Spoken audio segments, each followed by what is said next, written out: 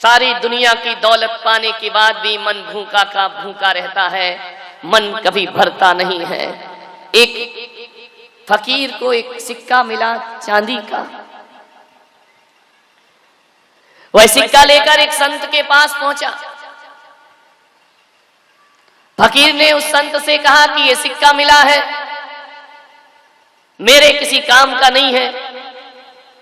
तो संत ने कहा एक काम कर, जो दुनिया का सबसे बड़ा सम्राट हो उसको यह सिक्का दे देना। दुनिया का सबसे बड़ा सम्राट? बोले हाँ, उसे ही यह सिक्का देना, ध्यान रखना किसी भिखारी को यह सिक्का मत दे देना। फकीर सिक्का लेकर राजपथ पे खड़ा हो गया। हजारों लोग आए और निकले। फकीर ने सिक्का दिखाया, जो सम्राट हो तो सिक्का ले। कहते हैं थोड़ी ही देर बाद उस राजपथ पर एक रथ निकला। रथ पर सम्राट है। फिर फकीर ने रथ रोका, बोला मैं तुम्हें ये सिक्का देना चाहता हूं। सम्राट ने कहा पागल है क्या, इस सिक्के का मैं क्या करूंगा? उसने कहा कि जो सबसे बड़ा सम्राट हो उसे ये सिक्का देना। तो उसने कहा कि सम्राट तो मैं ही हूं। फकीर ने कहा पागल हो तुम, इस सिक्के को ठुकराना मत। ये सिक्का ठुकरा दिया तो ध्यान रखना सम्राटपना खत्म हो जाएगा तुम्हारा। रथ से उतरा, दामन फैलाया, डाल मेरे दामन में ये सिक्का। फकीर ने कहा पहले पता तो करूं कि तू सम्राट है या नहीं है। सम्राट ने कहा कि बड़ा बेअकल आदमी है, स्वर्ण रथ में बैठकर जा रहा हूं, 7-7 घोड़े मेरे रथ में जुते हुए हैं, ये पूरा लवाजमा जा रहा है, और तू कह रहा है कि सम्राट है या नहीं है, अंधा है क्या? उसने कहा अंधा तो मैं नहीं हूं, लेकिन परख तो कर लूं कि तू सम्राट है या भिखारी है। उसने कहा जुबान संभाल के बात कर, सम्राट को भिखारी कहता है। जरा सम्राट ये तो बता दो कि तुम जा कहां रहे हो? बोले मैं पड़ोसी राज्य में चढ़ाई करने जा रहा हूं। सम्राट तुम्हारा राज्य कितना है? बोले जहां निगाह जाए वो सब मेरा साम्राज्य है, उठा के देख ले नजरें। तो फिर तुम अब कहां जा रहे हो? बोले पड़ोसी राज्य को जीतने। तो भिखारी ने फकीर ने कहा ऐसा कर, तू रथ में वापस बैठ और आगे जा, ये सिक्का तेरे भाग्य में नहीं है। अरे उसने कहा क्यों? जितनी जितनी ये धरती दिख रही है उस पर आधा साम्राज्य तो मेरा है, और तू कहता है कि मैं भिखारी हूं। फकीर ने कहा जिसकी निगाह पड़ोसी के राज्य में हो, मेरी नजरों में उससे बड़ा भिखारी दुनिया में कोई दूसरा नहीं हुआ करता है। जब ईश्वर ने इतना दिया है तो अब किस बात की तृष्णा लिए जी रहा है?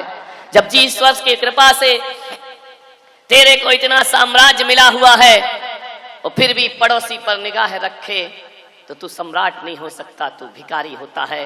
अरे पड़ोसी के धन पर निगाह रखने वाला उस चोर की तरह होता है जो दूसरों की कमाई हुई दौलत पर निगाह रखता है। इसलिए सम्राट, तू मेरी नजरों में सम्राट नहीं हो सकता है। और कहते हैं भिखारी ने सिक्का वापस लिया, सम्राट ने नजरें झुकाई और आगे चला गया। एक बात ध्यान रखना, कौन भिखारी है कौन सम्राट है कहा नहीं जा सकता। अरे बाहर से कई लोग सम्राट दिखते हैं लेकिन भीतर के बड़े भिखारी हुआ करते हैं, और कई लोग बाहर से तो फकीर और भिखारी दिखते हैं लेकिन भीतर से सम्राटों के भी सम्राट हुआ करते हैं। ध्यान रखिए। तुम्हारे घर में 2-3 बहनें होंगी, भाई होंगे, सबके नेचर एक से हैं क्या? बोलिए। माँ बाप तो एक ही होंगे ना, लेकिन माँ बाप के स्वभाव भी बच्चों से नहीं मिलते हैं। सबके नेचर अलग अलग है, सबका स्वभाव अलग अलग है। इसका कारण इतना ही है कि सबका कर्म भी अलग। जैसा जिसका कर्म वैसा उसका नेचर, जैसा जिसका नेचर वैसा उसका फ्यूचर। ध्यान रखो, नेचर से फ्यूचर बनता है, ध्यान रखना। सबके अलग अलग होते हैं, सबकी करनी अलग अलग है, सबकी भरनी अलग अलग है। किससे मिलता है सब कुछ? पुण्य से। जिस दिन पुण्य चला गया उस दिन सब बर्बाद होगा या नहीं होगा? आपसे पूछ रहा हूं, विचार करिए, सोचिए, चिंतन करिए। जब तक पुण्य है तब तक सब कुछ है। पुण्य का उदय चल रहा है ना, मोदी मोदी मोदी मोदी मोदी, ये क्या है? पुण्य का उदय है। राहुल की सभा में मोदी मोदी चिल्ला रहे हैं लोग, ये क्या है? पुण्य का उदय है। जिस दिन पुण्य चला गया ना, मोदी फिर काहे का मोदी। ध्यान रखना, कभी सोचना, जब तक अटल जी थे, जब तक हाथ पैर चलते थे, भाषण देते थे, सारी दुनिया पीछे भागती थी। और 5-6 साल से जब बीमार पड़े ना, तो सगे दोस्त भी उनको देखने को नहीं जाया करते। कहां प्रधानमंत्री रहे इस देश के। अंत समय कैसा रहा? एक समय वह था कि लोग उन्हें भूल गए थे। ध्यान रखिए, मरने के बाद लोग बोलते हैं दुनिया भूल जाती है। यहां तो ऐसा भी होता है कि जीते जी भी लोग भूल जाया करते हैं। अरे और कोई भूले या ना भूले, खुद की औलाद भी हमको कभी कभी भुला दिया करती है। ध्यान रखिए, ये पुण्य पाप का खेल है।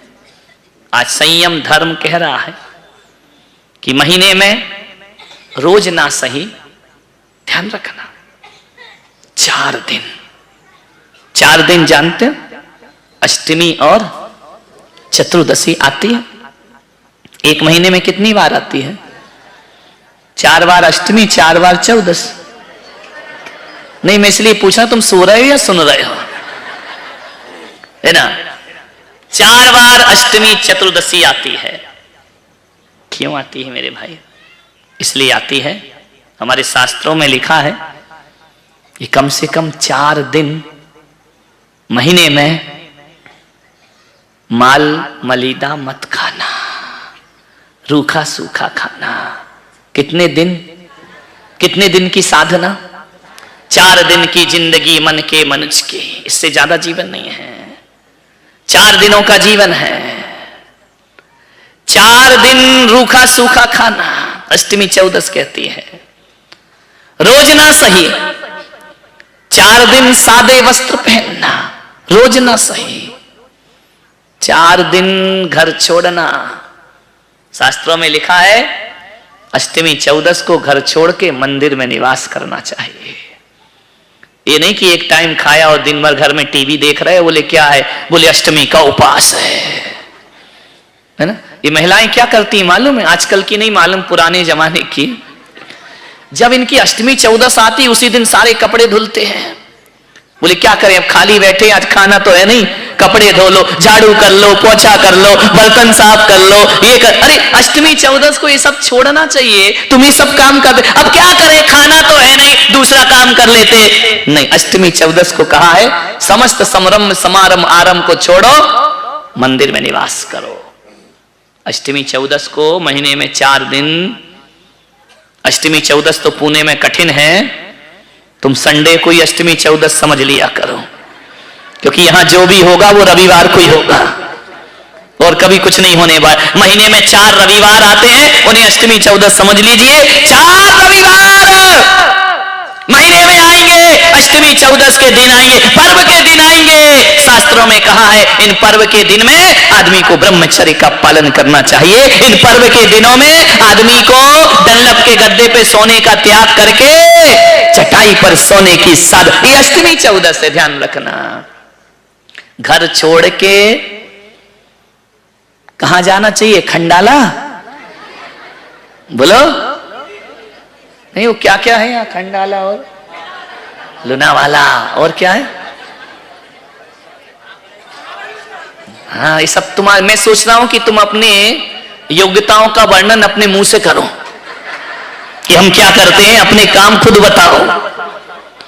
महाबलेश्वर जा रहे हैं, यहां घूम रहे, वहां घूम रहे। मेरे भाई जाओ, वहां भी जाओ, कोई आपत्ति नहीं है, लेकिन अष्टमी चौदस को हर श्रावक को एक तीर्थ की यात्रा जरूर करना चाहिए।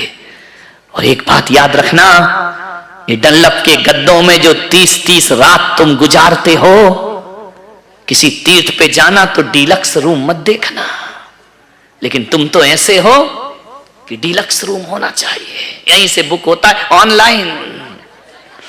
तीर्थों पे जाके भी सुविधा चाहिए तुमको, तीर्थों पे जाके भी अटैच लेट मत। ध्यान रखना, विचार कर, अपनी प्रवृत्तियां देखो।